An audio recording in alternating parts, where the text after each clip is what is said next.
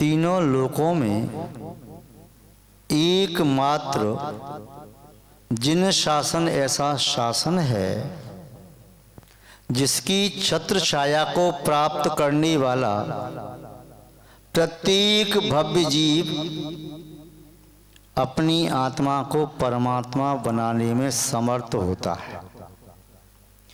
ऐसे जिन शासन के प्रति जिनेंद्र भगवान के पादमूल में बैठकर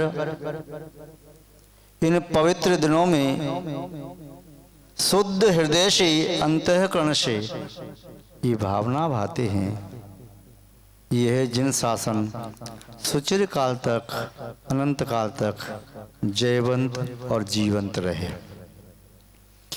धर्म स्नेही सत श्रद्धालु यहाँ पर उपस्थित आप सभी भव्य वर पुंडरीक पुण्यात्मा महान भाव पर्वराज पर्युषण का आज से आप प्रारंभ कर रहे हैं।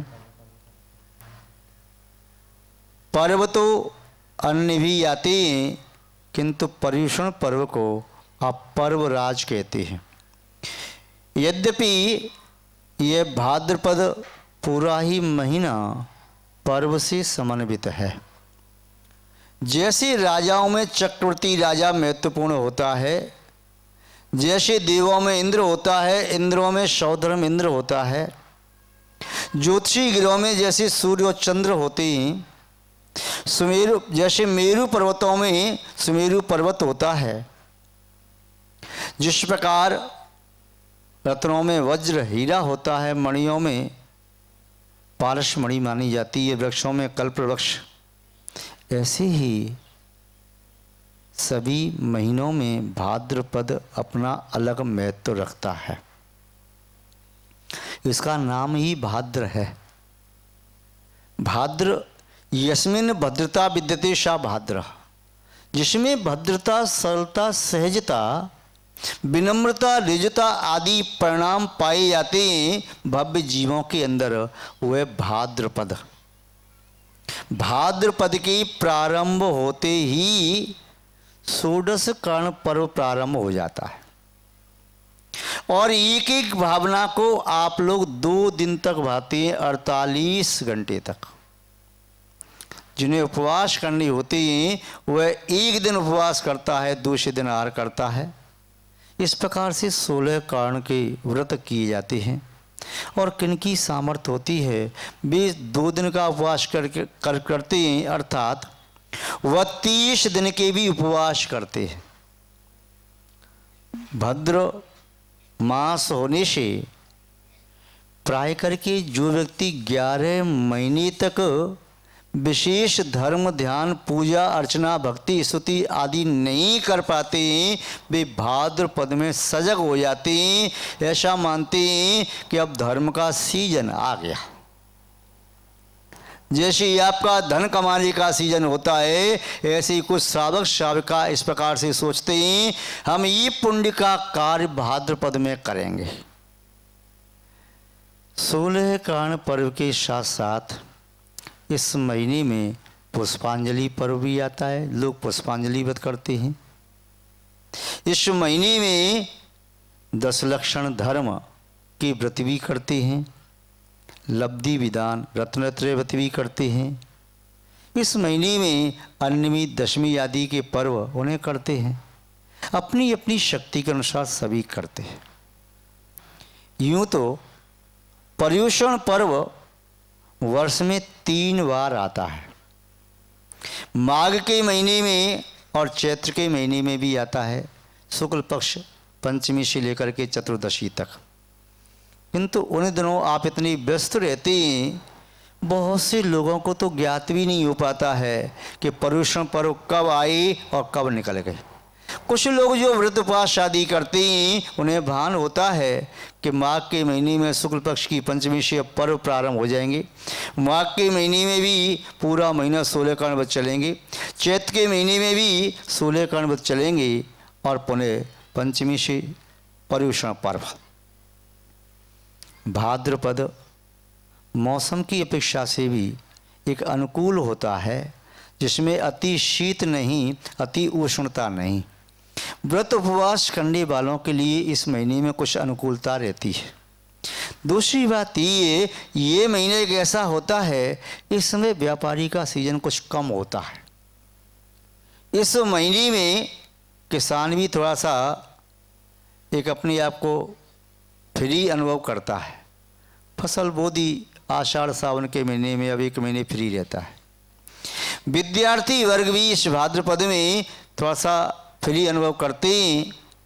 उसके बाद फिर परीक्षाएं प्रारंभ हो जाती हैं और पढ़ाई पर फिर जोर देते हैं। तो ये महीना एक ऐसा आता है कि इसमें व्यक्ति निराकुरता के साथ धर्म साधना कर पाता है। अगली बात ये, चातुर्मास जहाँ जहाँ साधुओं के होते हैं उनकी निमित्त से भी भव्य श्रावक श्रावकाओं के परिणाम निर्मल होते हैं, तभी साधना और विशेष कर पाते हैं।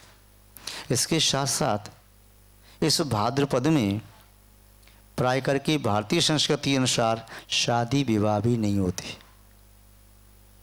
दीपावली के बाद शादी विवाह का प्रारंभ होता है और चलते हैं फिर आषाढ़ के महीने तक।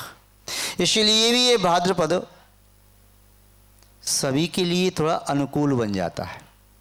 महानुभाव, पर्युषण पर्व के 10 दिन हैं और धर्म के भी 10 लक्षण निर्धारित हैं। इसलिए एक दिन में एक एक लक्षण की व्याख्या करते हुए, सुनते हुए अपने अंदर उसे धारण करने का प्रयास और पुरुषार्थ किया जाता है। यूँ तो इन 10 लक्षणों की चर्चा कभी भी की जा सकती है। ऐसा नहीं है क्योंकि चर्चा बाद में करेंगे तो ये लक्षण आत्मा का कल्याण नहीं करेंगे, ये धर्म आत्मा को परमात्मा नहीं बनाएगा, किंतु व्यक्ति निराकुल चित्त के साथ अच्छे से कर पाता है। लक्षण धर्म के 10 निर्धारित किए। यद्यपि ये धर्म मुनिराज का धर्म है, ये 10 श्रमण धर्म है, किंतु अभ्यास की अपेक्षा से इसे कोई भी जीव पालन कर सकता है। जो भी इस धर्म का पालन करता है उसे निस्संदेह सुख और शांति की अनुभूति होती है। ऐसा अप्रतिम अनुभव होता है जो उसे पहले कभी नहीं हुआ था। महानुभाव, ये धर्म तो मिश्री की डली की तरह से है। मिश्री की डली को कोई कभी भी खाए वो अपना मिठास अवश्य देती है। चाहे कोई व्यक्ति सुबह खाए, दोपहर में खाए, शाम को खाए, उसी मिश्री का स्वाद मीठा ही आएगा, या इसके अतिरिक्त अन्य समय में खाए तब भी स्वाद मीठा ही रहेगा। चाहे वह व्यक्ति खाने वाला बालक है, युवा है, प्रौढ़ है, वृद्ध है, कोई भी खाए मिश्री का स्वाद मीठा ही होगा।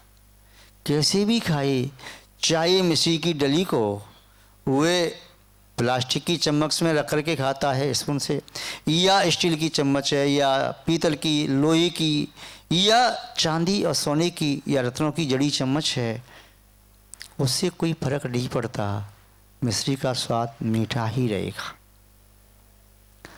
मिश्री का स्वभाव मीठा है, इसलिए खाने वाले को मीठा ही लगता है। हाँ, एक बात अवश्य है, यदि कोई व्यक्ति पित्त ज्वर से पीड़ित है, जिसे ज्वर बुखार आ रहा है और पित्त ज्वर जिसमें मुंह कड़वा कड़वा हो गया, कुछ भी खाने की इच्छा नहीं हो रही, ऐसा व्यक्ति यदि मिठाई खाता है तो उसे रुचिकर नहीं लगती। वह मिठाई भी उसे जैसे कड़वी सी लगती है, उस समय उसे कड़वी वस्तुएं, चरपरी वस्तुएं खाने का मन होता है। ऐसे ही जो मिथ्या दृष्टि व्यक्ति है, जिसके जीवन में तीव्र मिथ्यात्व का उदय चल रहा है, कषायों का तीव्र उदय चल रहा है, ऐसे व्यक्ति को ये धर्म के 10 लक्षण रुचिकर नहीं लगते। उसे ऐसा लगता है ये क्या बार बार ये चर्चा करते हैं, मेरा तो मन नहीं लगता सुनने में, मेरा मन नहीं लगता ये पूजा पाठ करने में, मेरा मन तो अन्य कार्यों में लगता है। समझना चाहिए वह दीर्घ संसारी है, हो सकता है उसने नरक आदि खोटी आयु का बंद कर लिया हो, इसलिए धर्म उसे रुचकर नहीं लग रहा है। महानुभाव, ये धर्म के 10 लक्षण हैं। आप कहेंगे धर्म के लक्षणों को कहने की क्या आवश्यकता है, सीधा सीधा धर्म कह दीजिए ना, धर्म क्या है। फिर आप कहेंगे धर्म उत्तम क्षमा मार्दव आर्जव शौच सत्य संयम तप त्याग आकिंचन ब्रह्मचर्य, ये 10 धर्म हैं।